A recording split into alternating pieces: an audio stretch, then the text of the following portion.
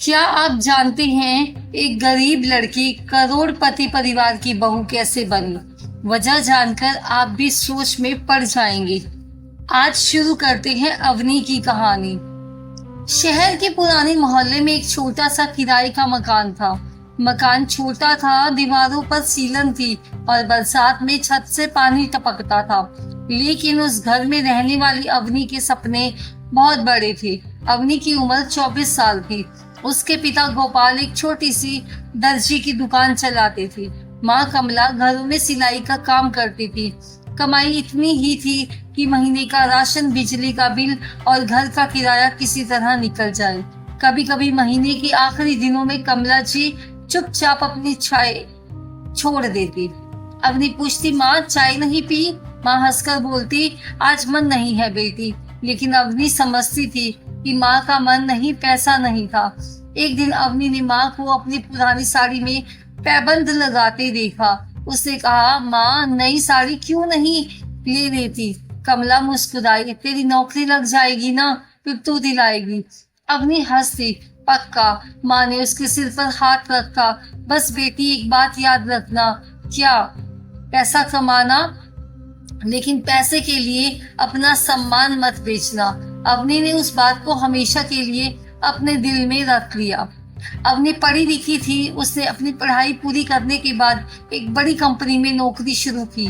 तनख्वाह बहुत बड़ी नहीं थी, लेकिन उसके लिए वह बहुत बड़ी बात थी। हर महीने पहली तारीख को सैलरी आते ही वह पैसे 3 हिस्सों में बांटती। कुछ घर के खर्च के लिए, कुछ पिता की दवाइयों के लिए और थोड़ा सा अपनी माँ के लिए। कमला जी हमेशा कहती, बेटी अपने लिए रख लिया कर। अवनी हंसी, आप दोनों ही तो मेरे अपने हो। उधर उसी शहर में एक आलीशान हवेली थी। वहां रहता था राठौर परिवार। शहर के बड़े व्यापारियों में उनका नाम था। कई कंपनियां, करोड़ों की संपत्ति, महंगी गाड़ियां और शहर के सबसे पोश इलाके में बड़ा बंगला।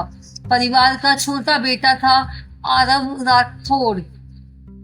आरव पढ़ा लिखा था और पिता के कारोबार में हाथ बटाता था, लेकिन उसे अपने परिवार की अमीरी पर घमंड नहीं था। उसकी माँ वसुंधरा बिल्कुल अलग थी। उन्हें अपने बेटे के लिए ऐसी बहू चाहिए थी जो परिवार का नाम और पैसा देखकर नहीं, इंसान देखकर रिश्ता बनाए। लेकिन उन्हें ऐसी लड़की नहीं मिल रही थी। एक दिन आरव ने ऑफिस की एक मीटिंग में अवनी को देखा। अवनी उनकी कंपनी में किसी प्रोजेक्ट के सिलसिले में आई थी। उसने साधारण कपड़े पहन रखे थे, ना महंगा बैग, ना महंगी घड़ी, ना कोई दिखावा। लेकिन जब एक कर्मचारी से गलती हुई तो अवनी ने सबके सामने उसे डांटने के बजाय कहा, गलती हो गई है तो मिलकर ठीक कर लेते हैं। आरव दूर से उसे देख रहा था। उसे पहली बार लगा, कुछ लोग बिना महंगे कपड़ों के भी बहुत अमीर होते हैं। कुछ समय के बाद आरव और अवनी की बातचीत होने लगी। आरव को अवनी पसंद आने लगी, लेकिन उसने कभी उसे अपने परिवार की असली हैसियत नहीं बताई। अवनी को बस इतना पता था कि आरव एक अच्छी नौकरी करता है।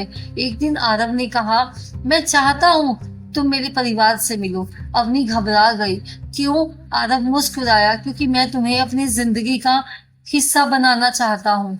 अवनी चुप हो गई। उस रात उसने माँ को सब बताया। कमला जी ने पूछा, लड़का अच्छा है? हाँ, उसका परिवार अभी ठीक से नहीं जानती माँ। माँ ने उसका हाथ पकड़ लिया। बेटी शादी घर देखकर नहीं, इंसान देखकर करना। अगले रविवार अवनी पहली बार राठौड़ की हवेली में पहुंची। गेट पर खड़ी गाड़ी देखकर ही उसे अंदाजा हो गया कि यह परिवार साधारण नहीं है। अंदर कदम रखा तो संगमरमर का फर्श, बड़े झूमर और नौकरों की कतार देखकर अवनी असहज हो गई। वसुंधरा जी ने उसे देखा। उन्होंने पूछा, तुम्हारे पिता क्या करते हैं? अवनी ने बिना झिझक के कहा, दर्जी है। अपना घर है? नहीं। कितनी संपत्ति है? अवनी कुछ सेकंड्स चुप रही, फिर बोली, मेरे माता पिता की सबसे बड़ी संपत्ति उनका भरोसा है। कमरे में सन्नाटा छा गया। आरव की माँ के चेहरे पर हल्की मुस्कान आई। अवनी को लगा कि शायद सब ठीक हो जाएगा, लेकिन उसी रात आरव के बड़े चाचा महेंद्र राठौड़ ने परिवार के सामने साफ कह दिया, इस लड़की से शादी नहीं हो सकती। आरव ने पूछा, क्यों? महेंद्र बोले, क्योंकि हमारे परिवार का स्तर बहुत अलग है। अवनी ने बहुत देर खड़े होकर उनकी सारी बातें सुन ली। उसने आरव से कहा, मुझे तुम्हारे परिवार की दौलत नहीं चाहिए। आरव ने उसका हाथ पकड़कर कहा, मुझे भी नहीं चाहिए कि तुम किसी के सामने खुद को छोटा समझो। अवनी ने कहा, मैं खुद को छोटा नहीं समझती आरव, लेकिन मैं तुम्हें ऐसी जगह नहीं ले जाना चाहती जहां हर दिन मुझे ये याद दिलाया जाए कि मैं गरीब घर से आई हूँ। आरव के पास कोई जवाब नहीं था। अवनी वहां से चली गई। कुछ दिनों के बाद अवनी के पिता की दुकान पर एक आदमी आया। उसने कहा, आपकी बेटी अवनी है। गोपाल जी घबरा गए। जी। उस आदमी ने एक लिफाफा दिया, ये आपकी बेटी के नाम है। अंदर एक पुराने अस्पताल की रिपोर्ट थी। अवनी को कुछ समझ नहीं आया। उसने रिपोर्ट माँ को दिखाई। माँ का चेहरा अचानक बदल गया। अवनी ने पूछा, माँ ये क्या है? कमला जी ने कहा, कुछ नहीं, आप मुझसे कुछ छिपा रही हैं। माँ की आंखों में आंसू आ गए। उन्होंने कहा, बेटी अब शायद सच बताने का समय आ गया है। कमला जी ने बताया कि जब अवनी छोटी थी उसके पिता ने एक बहुत बड़ी मुसीबत देखी थी। एक व्यापारिक साझेदारी में उन्हें भारी नुकसान हुआ था। कर्जदार घर तक आ गए थे। उस समय एक अनजान परिवार ने उनकी मदद की थी।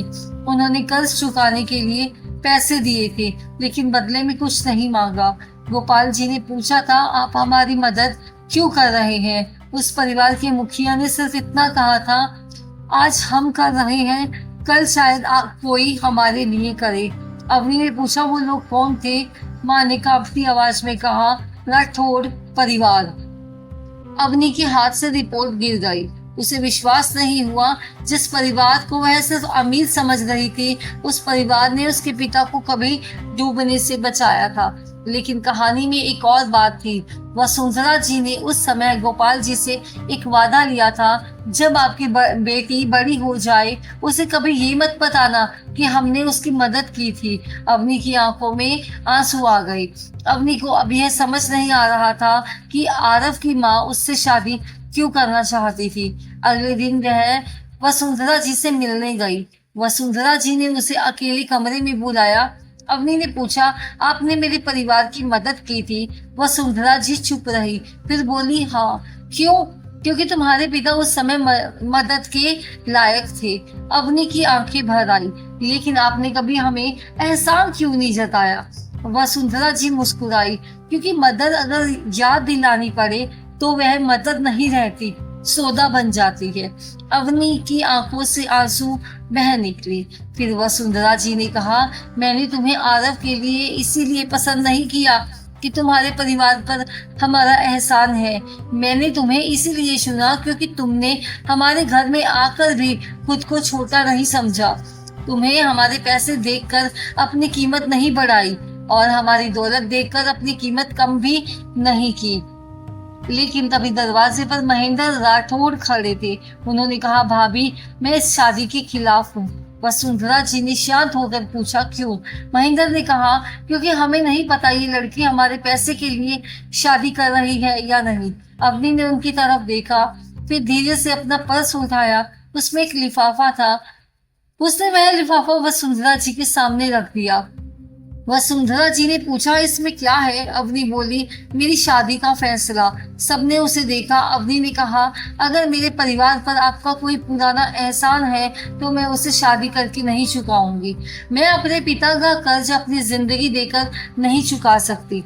अगर आरव मुझे शादी करने के लिए पसंद करता है तो सिर्फ इसीलिए करे क्योंकि वो मुझे चाहता है, और अगर आपका परिवार मुझे सिर्फ इसीलिए बहू बनाना चाहता है क्योंकि आपने कभी मेरे पिताजी की मदद की थी, तो मैं ये रिश्ता अभी छोड़ दूंगी। कमरे में सन्नाटा छा गया। आरव की आंखें नम थी।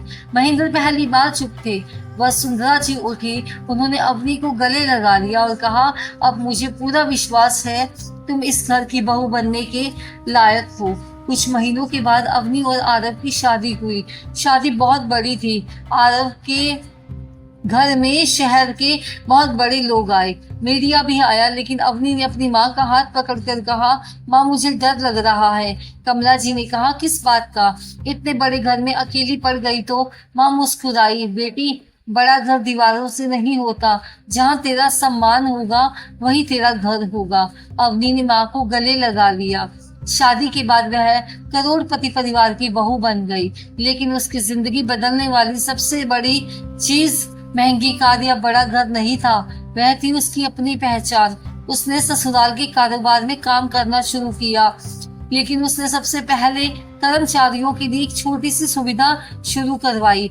हर महीने कम आय वाले कर्मचारियों के बच्चों की पढ़ाई के लिए सहायता। आरव ने पूछा, ये सब क्यों? अवनी ने कहा, क्योंकि मैंने देखा है कि गरीबी सिर्फ पैसे की कमी नहीं होती, कभी कभी एक छोटी मदद किसी बच्चे की पूरी जिंदगी बदल देती है। आरव मुस्कुराया, तुम सच में इस घर की बड़ी बहू बन गई हो। अवनी ने कहा, नहीं, मैं इस घर की बहू तभी बनी जब इस घर ने मेरी गरीबी नहीं, मेरी कीमत देखी। कई साल गुजर गए। अब अवनी उसी परिवार के बिजनेस का एक बहुत बड़ा हिस्सा संभालती थी। एक दिन मैं अपनी पुरानी गली में गई, वही छोटी सी दुकान, वही टूटी दीवारें, वही घर। उसने देखा कि उसके पिता अब भी दुकान के बाहर बैठे थे।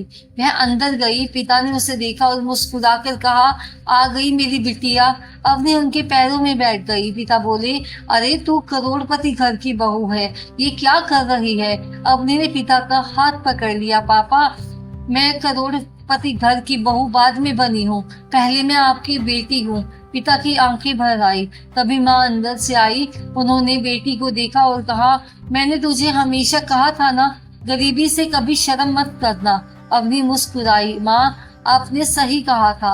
आज मेरे पास बहुत पैसा है, लेकिन मेरी सबसे बड़ी दौलत आज भी आप दोनों हैं। इस कहानी को सुनकर ये मत सोचना कि गरीब लड़की की जिंदगी तभी सफल होती है जब उसकी शादी अमीर घर में हो जाए। नहीं, गरीबी इंसान की पहचान नहीं होती और अमीरी किसी के चरित्र की गारंटी नहीं होती। किसी इंसान की असली कीमत उसके बैंक बैलेंस से नहीं, उसके व्यवहार, आत्मसम्मान और संस्कारों से होती है। अवनी के पास शादी से पहले पैसे नहीं थे, लेकिन उसके पास वो चीज थी जिसे करोड़ों रुपए में भी नहीं खरीदा जा सकता था, अपनी कीमत पहचानने की हिम्मत। याद रखना बच्चों, जिस रिश्ते में आपकी गरीबी का मजाक बनाया जाए वहां अमीरी भी बेकार है, लेकिन जिस रिश्ते में आपकी परिस्थितियों से ऊपर उठकर आपका दिल देखा जाए, वही रिश्ता जिंदगी की सबसे बड़ी दौलत बन जाता है। और एक बात हमेशा याद रखना, अच्छे घर में जन्म लेना किस्मत है, लेकिन अच्छे इंसान बनना आपकी अपनी कमाई है। बच्चों, आपको लगता है कि इंसान की असली कीमत उसके पैसे से नहीं, उसके दिल से होती है, तो कमेंट में जरूर बताना। और ऐसे ही दिल छू लेने वाली कहानियों के लिए दादी माँ की चिट्ठी से जुड़े रहना। दादी फिर आएगी एक नई चिट्ठी लेकर, तब तक चैनल को सब्सक्राइब करना और अपनों का ख्याल रखना।